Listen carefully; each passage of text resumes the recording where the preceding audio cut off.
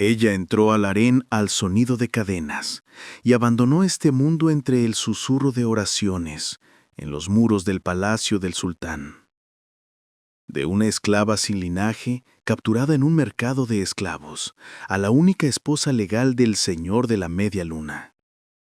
La historia de Alexandra Anastasia Lisowska, quien se convirtió en Hurrem, no es un cuento de Cenicienta.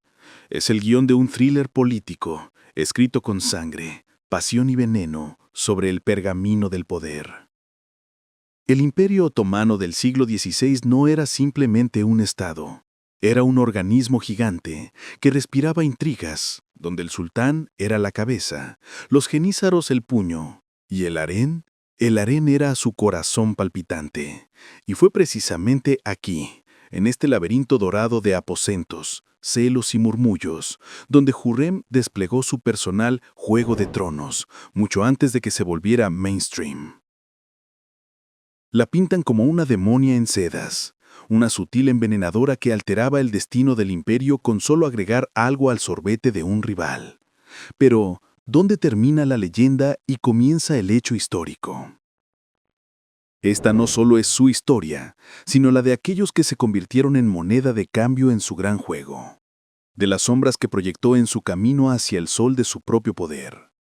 Nuestro objetivo no solo es hacer una lista lúgubre, sino intentar ver detrás de cada nombre, ya sea probado o supuesto, un destino humano real aplastado por los molinos de la ambición de la mujer más influyente del Imperio Otomano. Nos embarcaremos en una investigación donde la evidencia son los informes de los embajadores venecianos, los rumores en los corredores de Topkapi y las insinuaciones en las crónicas. Separaremos el testimonio histórico de la ficción creada por siglos e intentaremos responder: ¿quién fue realmente Hurrem Sultán? ¿Una estratega genial que sobrevivía en un mundo de política masculina a cualquier costo, o una intrigante sin principios para quien no existían conceptos sagrados como la familia o la lealtad? ¿Estás listo para mirar más allá de la lujosa fachada del siglo magnífico? Porque nuestra historia no comienza con el destello de las joyas, sino con un golpe suave en una puerta tras la cual aguarda otra víctima. Entró en el harén como un botín, comprada en el mercado de esclavos por monedas. Su nombre, Roxelana, era solo una etiqueta que indicaba su origen eslavo. Pero entre los muros de Topkapi, esta cautiva pelirroja libró una partida como ninguna otra en el Imperio Otomano. Su arma no fue solo la belleza, sino una mezcla peligrosa, de inteligencia, dom psicológico y una voluntad de poder absoluta, carente de sentimentalismos. El harén era un estado dentro del estado. Un organismo complejo con sus propias leyes, jerarquías e intrigas venenosas. Aquí no sobrevivía el más fuerte, sino el más astuto. Hurrem lo comprendió desde el primer día.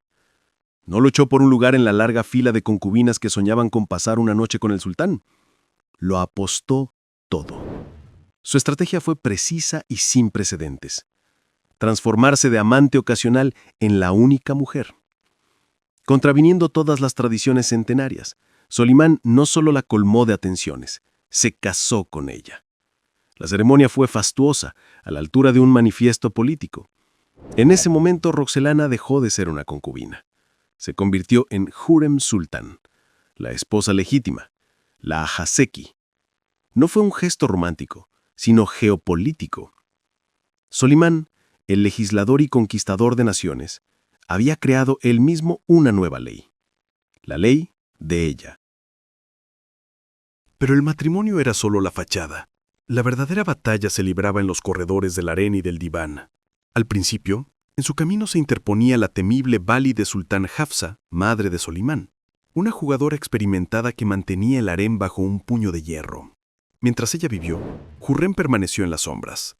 Pero tras la muerte de Hafsa, se formó un vacío de poder en el harén y Hurrem entró en él sin dudar. Se convirtió en la señora no oficial de la jaula de oro, reclutando adeptos con maestría. El gran eunuco, figura clave que controlaba el acceso al sultán y los flujos de información, se convirtió en su hombre. A través de él lo sabía todo, sobre denuncias, intrigas, susurros a sus espaldas. Su influencia creció como un tumor cancerígeno para sus enemigos. No era simplemente la esposa que susurraba al oído en la almohada, se convirtió en su consejera política.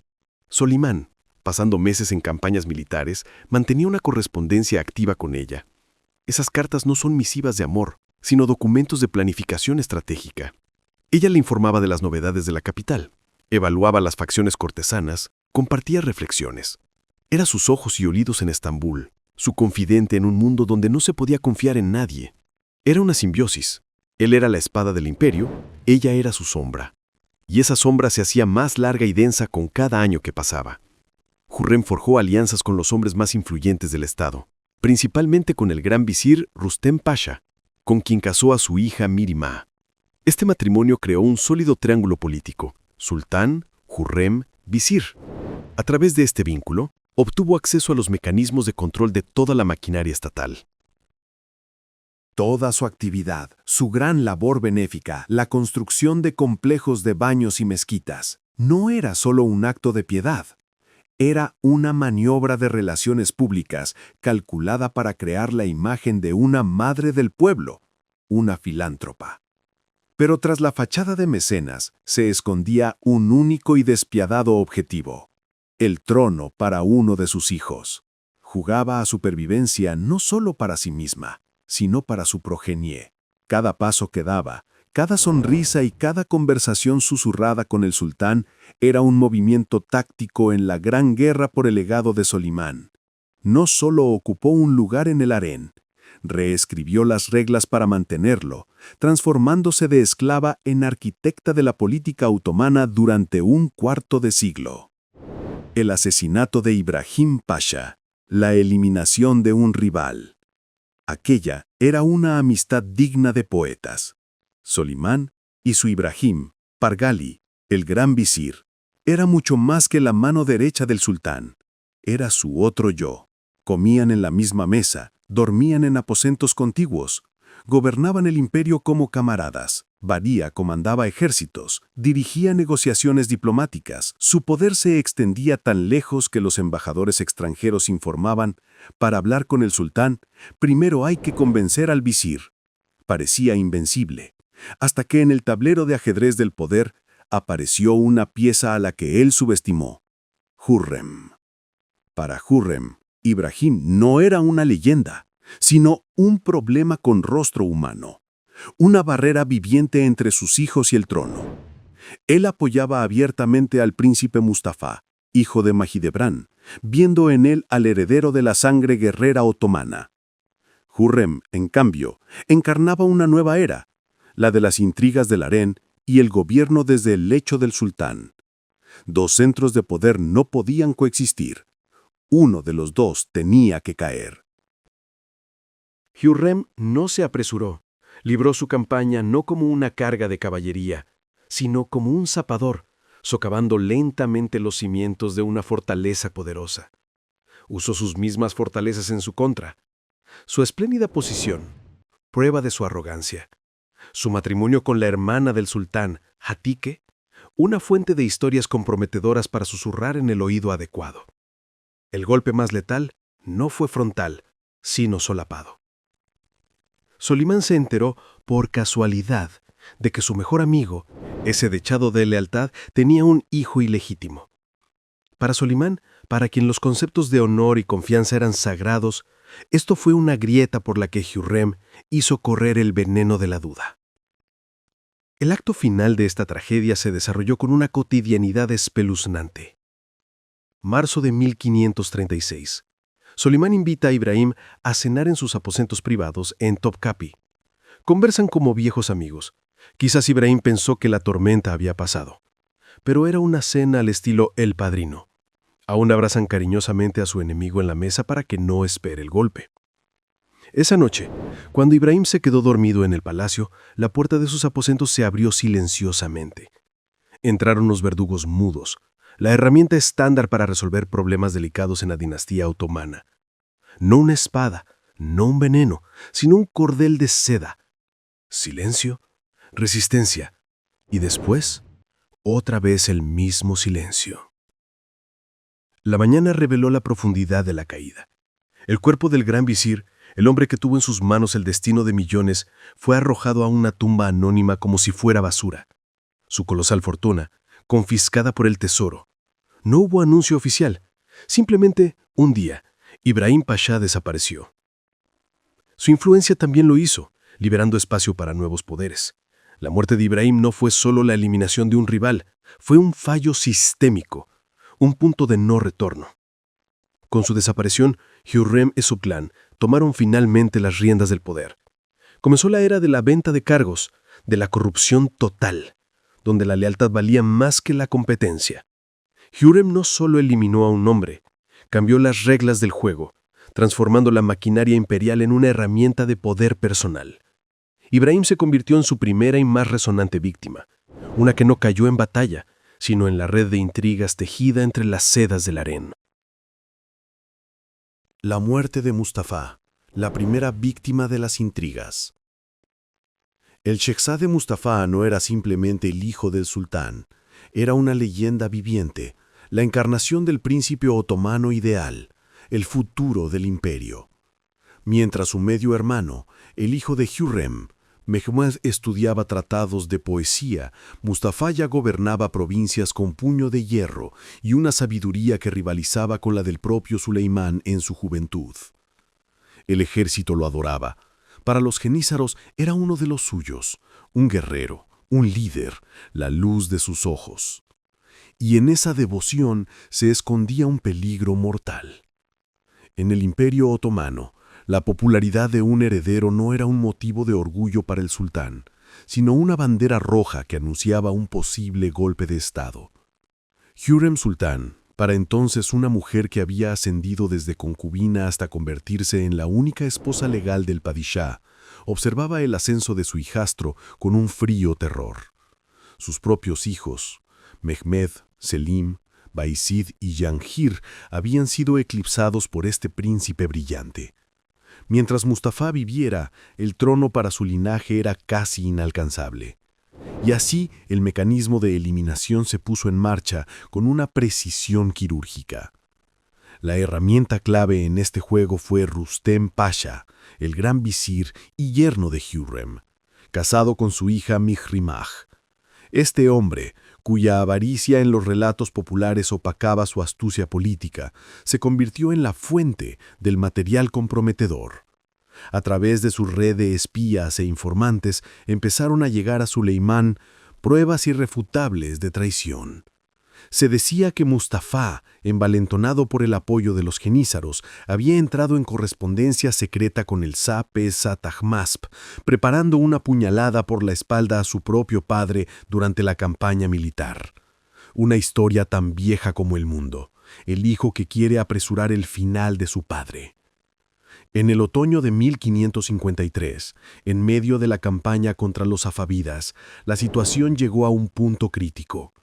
El campamento del sultán se convirtió en el escenario del acto final de la tragedia. Suleimán, cuyas sospechas, envenenadas por el rumor, habían alcanzado su punto máximo, dio la orden fatal. Hizo llamar a Mustafa a su tienda. Comandantes experimentados suplicaron al príncipe que no fuera, presintiendo una trampa. Pero Mustafa, confiado en su inocencia, o quizás esperando una última muestra de misericordia de su padre, dio un paso al frente. Lo que ocurrió después pasó a la historia como uno de los episodios más sombríos de la era. Apenas Mustafa cruzó el umbral de la tienda, los guardias mudos del sultán, una tradición otomana para evitar derramar sangre real, se abalanzaron sobre él. Comenzó una lucha desesperada. Según algunos testimonios, el joven y fuerte Shehzade se defendió con tanta ferocidad que sus gritos de «Padre, mira lo que me están haciendo» se escucharon desde fuera. Pero Suleimán permaneció impasible. Observó el asesinato de su propio hijo, convencido de que lo sacrificaba por la estabilidad del imperio. El ejército respondió a la ejecución con un profundo murmullo que amenazaba en convertirse en motín. Los genízaros exigían la cabeza de Rustem Pasha, a quien veían con razón como el principal intrigante. El visir tuvo que ser destituido. Ese fue el precio para calmar a las tropas. Pero la venganza no terminó ahí. La tradición otomana, esa sangrienta máquina de eliminar competidores, exigía una nueva vuelta de tuerca. Pocos días después, fue estrangulado el hijo de 7 años de Mustafa, el pequeño Mehmed. Un niño cuya única culpa era llevar la sangre de su padre era el último posible foco de lealtad para los descontentos. El principio dinástico de Un imperio, un gobernante, se había cumplido con una monstruosa precisión. La ejecución de Mustafa no fue solo el punto final en la biografía de un hombre. Fue una línea divisoria. Hürrem Sultán había demostrado que el trono no es un campo de honor, sino un tablero de juego donde todo vale. Ganó su premio mayor al eliminar al competidor más peligroso para sus hijos, pero esa victoria envenenó el futuro mismo del imperio, abriendo la era de las guerras fratricidas entre sus hijos Selim y Bayezid y consolidando el harén como un centro de poder en las sombras donde se decidían los destinos del trono. El harén del Imperio Otomano. Desde fuera, una jaula dorada, sedas y aroma a rosas. Desde dentro, un campo de batalla de guerra fría donde el silencio era más peligroso que un grito y una sonrisa más afilada que una daga. Hürrem Sultán se convirtió en una gran estratega en este terreno de batallas invisibles. Su estatus de Haseki, la esposa favorita, no era un sillón reclinable. Era un lugar inestable bajo el sol que había que defender a diario. Cada nueva chica que atraía la atención de Solimán era la encarnación misma del riesgo. Cada hijo que diese a luz, un futuro pretendiente al trono que desafiaba a los hijos de Hürrem. En este juego, las reglas eran simples. Destruye antes de ser destruida. El arsenal de Hürrem era diverso, pero su arma principal era la presión psicológica. No atacaba abiertamente, creaba una realidad insoportable. De repente, la favorita del sultán descubría que su entorno estaba lleno de incompetentes y sirvientes sordos. Las órdenes se perdían, los vestidos llegaban estropeados y las noticias le llegaban distorsionadas. Era acoso mediante silencios, miradas y medias palabras. Lo siguiente era la calumnia, el arma perfecta en un mundo donde la reputación lo era todo. Un rumor, susurrado en el oído adecuado de un eunuco o de otra concubina, hacía todo el trabajo. Se decía que la rival era desagradecida, robaba, o, algo peor, dudaba de la sabiduría del sultán. Demostrar la falsedad era imposible. El veneno de la duda ya había hecho su efecto. Cuando los métodos de guerra psicológica sutil parecían insuficientes, entraban en juego escenarios más duros. Aquí es donde surge la figura de la bella circasiana Firuse, un personaje cuya existencia histórica no está documentada, pero cuya leyenda describe perfectamente las posibles prácticas de Hürrem. Según esta leyenda, la confrontación entre ellas llegó a un punto tan álgido que pasó a una confrontación abierta, casi llegando a las manos. Incluso si esta historia es ficticia, es metafóricamente precisa. Hürrem estaba dispuesta a llegar hasta el final, creando escenarios públicos y eso le permitía presentar a su rival como histérica y peligrosa y a sí misma como la defensora del honor y el orden. La víctima, en este esquema, era exiliada como castigo por su mal carácter o quedaba moralmente destrozada. Otro método refinado era privar a la rival de su principal capital, la belleza.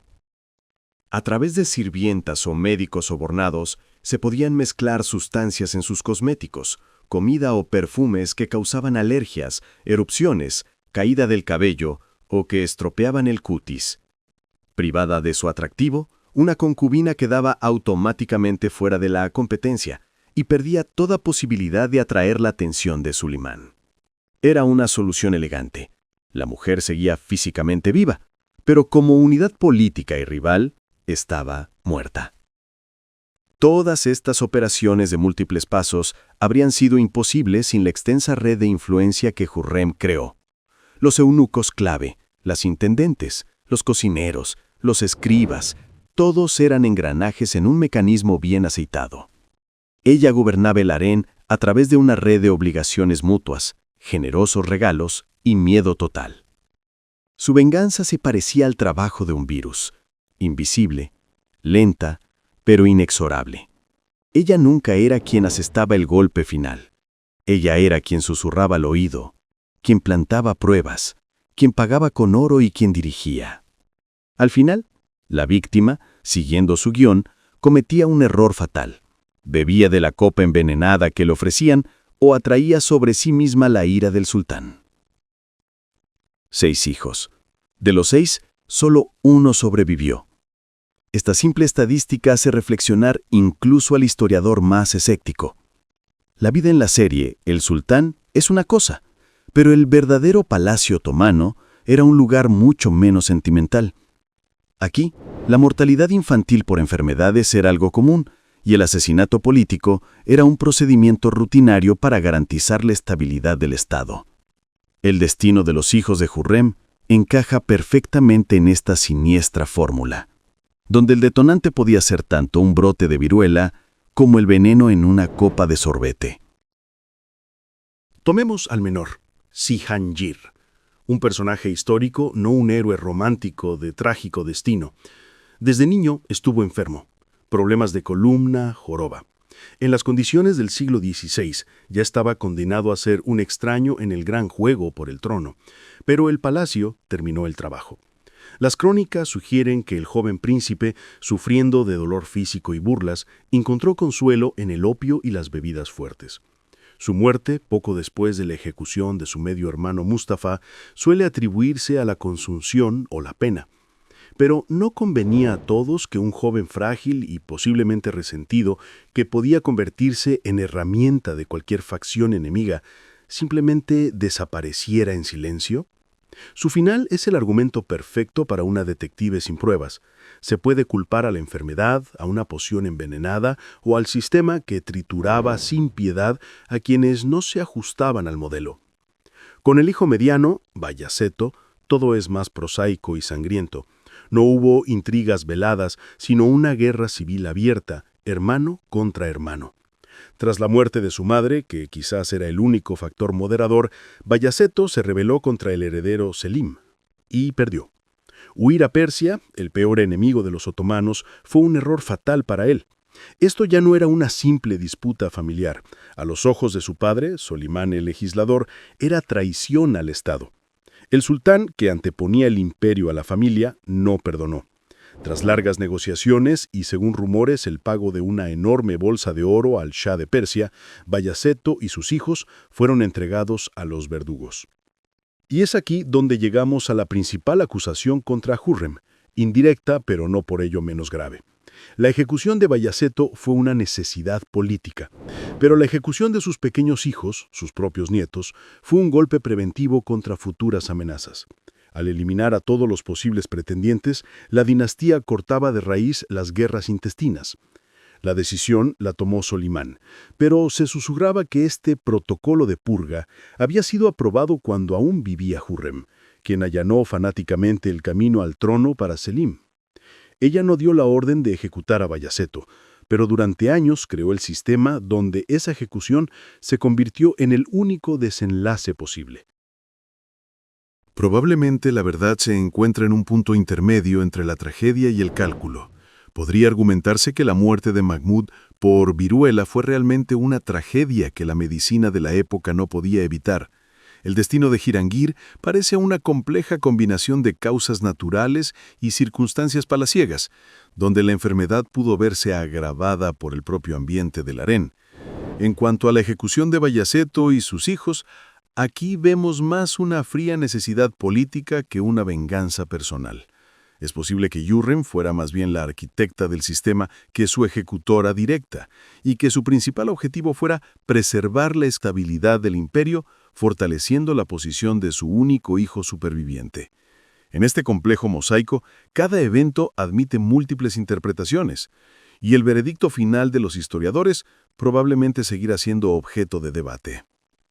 Abandonó la vida con la misma astucia y capas de significado con que gobernó. Incluso su último suspiro, el 15 de abril de 1558, se convirtió en objeto de acalorados debates, generando una serie de misterio con múltiples finales. Tú eliges cuál prefieres. La versión oficial, una larga despedida del imperio. Según esta narrativa, la más prosaica, Hurrem no murió por una daga o veneno. La mató su propio cuerpo desgastado. Para cuando tenía poco más de 50 años, ya era una mujer profundamente enferma. El enviado del jerife de la Meca, Kubedín al-Meki, dejó detalles poco halagüeños. Cólicos intestinales multianuales y debilitantes que la postraban en la cama, y malaria que succionaba sus últimas fuerzas. Imagina la escena, la mujer más poderosa del Imperio Otomano, retorciéndose de dolor durante años. Los mejores médicos de Estambul habían convertido sus aposentos en una sucursal de clínica experimental, pero sus pociones y cauterizaciones eran inútiles contra la dolencia desconocida. El golpe final lo dio un simple resfriado que actuó sobre su cuerpo debilitado como un ladrillo lanzado contra un jarrón de cristal. Angina, complicaciones, insuficiencia cardíaca y la gran valide, aunque no oficialmente, se apagó en silencio. La versión para amantes del drama médico, un enemigo oculto dentro. Pero la historia de los cólicos y el resfriado es demasiado mundana para una figura así. Los historiadores modernos, analizando los síntomas, plantean una hipótesis mucho más sombría: cáncer, dolor multianual, un declive gradual que no respondía al tratamiento. Encaja perfectamente en el cuadro de una neoplasia, posiblemente un linfoma, consumiéndola lentamente desde dentro, o un melanoma, una enfermedad que no perdona ni siquiera a quienes se esconden del sol tras los muros de un harem. Su muerte en este caso no es el resultado de una intriga, sino una trágica ironía del destino. Aquella que superó a todos sus enemigos visibles, resultó impotente contra un adversario invisible escondido en sus propias células. La versión conspirativa, un final envenenado. Y por supuesto no podía faltar la teoría de la conspiración. Hürrem murió demasiado oportuno, justo después de haber logrado entronizar a su hijo Selim y sin haber disfrutado del pleno poder como valide. La versión del envenenamiento por crocus, azafrán silvestre, un veneno de efecto acumulativo, parece estilísticamente impecable. Habría sido el asesinato perfecto para la corte otomana. Lento, no evidente, disfrazado de enfermedad natural. ¿Quién podría haber sido el instigador? Demasiados. Los opositores no eliminados de su hijo Selim, que deseaban ver a otro príncipe en el trono. O incluso el propio Suleimán. Un sultán cansado, quizás, veía cómo la inquebrantable energía de Hürrem comenzaba a amenazar la estabilidad de la dinastía que él había construido. El veneno de crocus era una forma silenciosa de eliminar a un jugador demasiado poderoso sin mancharse las manos con un asesinato abierto. Pero la mayoría de los historiadores rechazan esta versión. ¿Para qué matar a una mujer que ya estaba mortalmente enferma? Su muerte era una cuestión de tiempo. Era más elegante permitir que la naturaleza hiciera su trabajo. La muerte de Hürrem en 1558 no fue el final de su historia. Fue más bien la retirada de la gran estratega cuyas piezas quedaron en el tablero y cuyo plan siguió en marcha. Su influencia continuó gobernando el Imperio Otomano desde detrás de la cortina, como un fantasma cuyos dedos seguían oprimiendo la garganta del Estado. Su comodín más importante fue su yerno, el gran visir Rustem Pasha. Al casarlo con su adorada hija Mihrimah, no solo concertó un matrimonio, creó una simbiosis política, una alianza que sobrevivió a su propia muerte. Mientras Solimán se sumía en un abismo de dolor, eran Rustem y Mihrimah la pareja real de los bastidores otomanos quienes sostenían los hilos del poder. A través de ellos, Hürrem siguió influyendo en las finanzas, la política exterior y los nombramientos clave. Su hija Mihrimah se convirtió no solo en la heredera de su fortuna, sino en la encarnación viviente de la estrategia de su madre, una mujer cuyo poder emanaba no de un título, sino del control absoluto del aparato administrativo. Pero el legado más crucial de Hürrem fue mucho más grande que las intrigas palaciegas. Ella fue una arquitecta en el sentido literal y figurado. Por todo el imperio, desde Estambul hasta Jerusalén, no levantó mezquitas ni baños, sino monumentos a sí misma. Estos no eran simples edificios de piedra. Era una cuidadosa campaña de relaciones públicas esculpida en las cúpulas y pintada en los azulejos de Iznik. Sus complejos benéficos, cuyés, en la capital, con mezquita, escuela, hospital, funcionaban como una máquina de ascenso social y lealtad masiva. Proporcionaban pan y educación a miles de personas, quienes a su vez se convertían en deudores perpetuos de su memoria. No creaba simple arquitectura, creaba un electorado. Fue un movimiento genial. Mientras los hombres cortaban cabezas, ella conquistaba corazones, asegurando el apoyo para su hijo, Selim. Y aquí el resultado final de su larga partida de ajedrez contra el mismísimo imperio. Su hijo Selim ascendió al trono tras la muerte de Solimán. Selim II, conocido en la historia con el poco halagüeño apodo de Selim el Borracho. Un gobernante menos destacado que su padre, menos carismático que su ejecutado hermano Mustafa. Pero era su hijo, y su reinado es la consecuencia última de todas aquellas cartas envenenadas, de todos los susurros en la noche, de todos los rivales eliminados. Gracias a Hürrem, el Imperio Otomano no sería gobernado por el más digno, sino por el pretendiente que a ella más le convenía.